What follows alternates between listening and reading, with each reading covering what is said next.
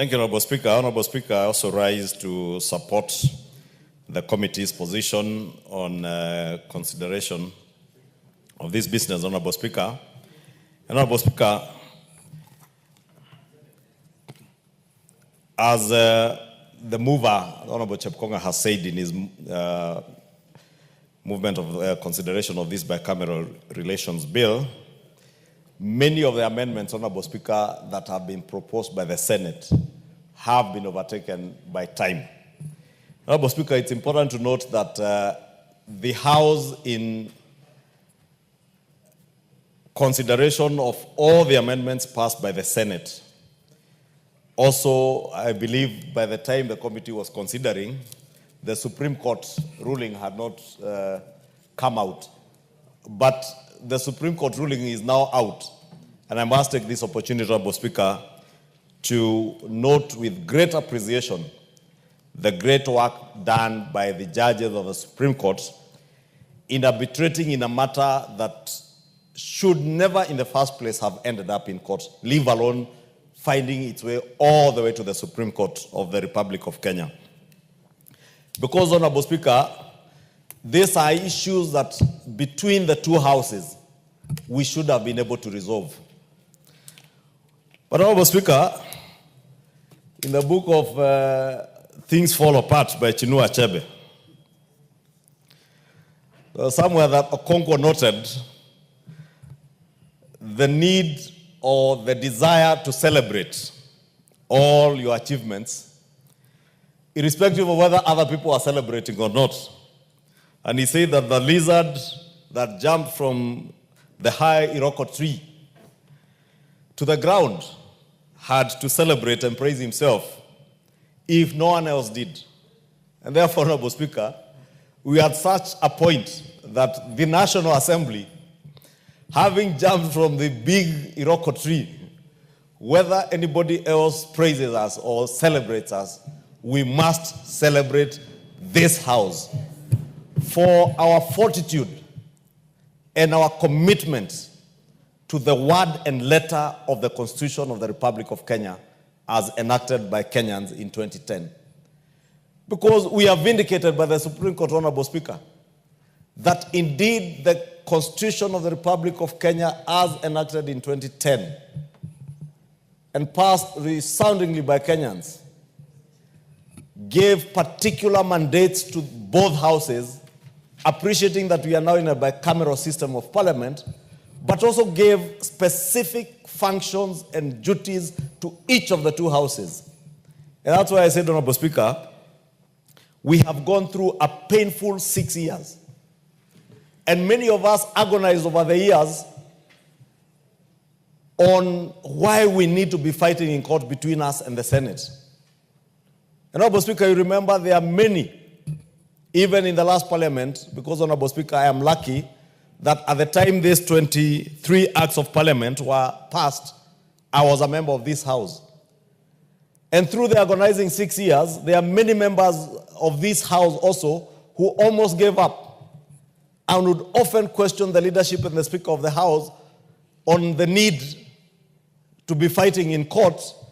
And some even suggested, why don't we just reenact these laws again and send them to the Senate?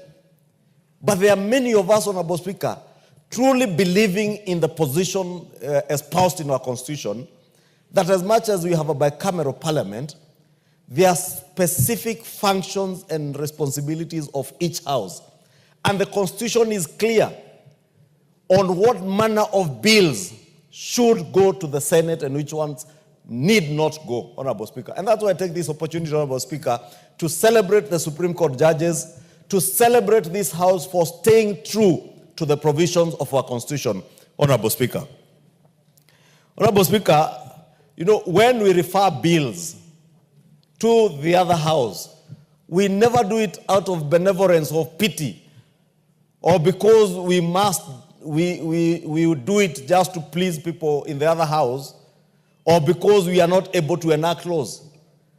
We refer bills that ought to be referred to the other House because these are the dictates of the Constitution.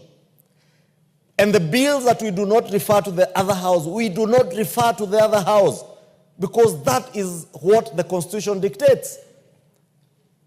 That, for instance, on matters that touch on money bill, and I must mention this, Honorable Speaker, because I know we are in the mediation process of another bill, the National Lottery Bill. Again, I saw the other house, the Senate, attempt to bring in amendments that touch on taxation, Honorable Speaker. Matters that clearly are not under the purview of the Senate, as provided for in our Constitution. Therefore, let me take this opportunity to remind the chair of the Finance Committee and the chair of the Sports Committee, who are leading the mediation committee between us and the Senate, that nothing that touches on taxation, on administration of tax, should be considered in those amendments that came from the Senate.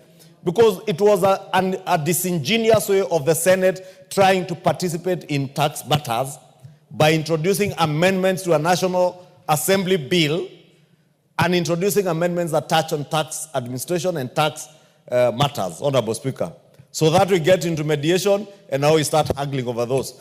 Therefore, Honorable Speaker, now that the Supreme Court has set the record straight, and as painful as it has been, Honorable Speaker, because I told you, many despaired along the way over these 6 years. But we have learned our painful lesson, Honorable Speaker, of how not to resolve bicameral disputes. Because for 6 years, immense public resources have been spent paying lawyers. Immense time has been spent of our officers in the National Assembly and those in the Senate at a time when our internal lawyers and public officers who work in Parliament would have been doing other meaningful things. They spent time, Honorable Speaker, fighting over this dispute in court. And it was a matter that would have simply resolved without ever having to go to court, Honorable Speaker. But, Honorable Speaker, let me conclude by saying that this Supreme Court ruling is a win-win situation, Honorable Speaker. It is a win for Parliament as a whole. Both houses have now been reminded of our constitutional responsibilities and the limits of our mandates, our respective mandates, Honorable Speaker. It is now clear where our mandate begins and where it ends, and where that of the Senate begins and where it ends. It is now time for both houses to discharge our responsibilities and observe our constitutional limits diligently, without need to haggle, without need to throw words at each other. Honorable Speaker, as I said when I began, with that in mind, and in this win-win situation, and this win for Parliament, and a win for the Constitution of Kenya, Honorable Speaker, an institution that were created by the Constitution of Kenya, including the Supreme Court and the two houses, Honorable Speaker, many of the amendments that have been proposed by the Senate in this bill have been spent, because that Supreme Court judgment, as delivered, has dealt in great detail. And those who have taken time to read the judgment will see that the Supreme Court judges did take a lot of their time in considering all the issues. And therefore, many of these amendments are overtaken by time and events, including that judgment. And we should not be taken back to Egypt now. Let us cross the Mediterranean and get out of Egypt, Honorable Speaker, and agree with the committee to reject all those amendments, as the chair said. Thank you, Honorable Speaker. The Honorable David Ochieng, before you contribute, I want to recognize the presence in the public gallery of students from PCA Chogoria, Central Thiga Church, from Mara constituency, Tharaka Nithi. And I think we have the member of parliament for Tharaka, who comes from Tharaka County and Tharaka constituency, who is going to represent a member of parliament for Mara. The Honorable Murugara, look this side. This is the public gallery. That one is the speaker's gallery. And if you want to get closer so that they can watch you, go that way, because this is probably... Thank you very much, Mr. Speaker, sir. Mr. Speaker, thank you for giving me the chance to welcome this team from Mara constituency. It's supposed to be on behalf of my good friend Kareke Mbiuki, who is not here. They are very much welcome here into the house. to observe the proceedings and also see what happens in this August House, where they have elected leaders to come and represent the interests of the various communities in the country. Those remarks, I sincerely welcome them to observe the proceedings. Yes. Proceed, Honorable. Thank you, Honorable Speaker. Let me also take this opportunity to welcome that group from Chogoria constituency in the Tharaka Nithi County. Honorable Speaker, this, I hear the Honorable member for Buri saying it is PCA. I wanted to say these are very good people from Chogoria. As he says, it is a home of, the second home of the Scottish missionaries who established the Presbyterian Church of East Africa when they first arrived in Kibwezi, before they moved on to the cooler areas of Kikuyu. The only other place they found that was as cool and as good as Kikuyu was Chogoria. And therefore, I want to take this opportunity to welcome these visitors to the house. And the people of the Tharaka Nithi, or otherwise known as the Stronghold, are very good people. I was in Chogoria last week accompanying the president on the tour of the mountain. And the people of the Tharaka Nithi and Chogoria can tell you that indeed the mountain is intact. Those people who claimed to have written a will on behalf of the people of Mount Kenya, even the visitors here today will tell you that they have the capacity to make decisions on who to vote for, including their member of parliament and other leaders, without having to look at wills written by individuals.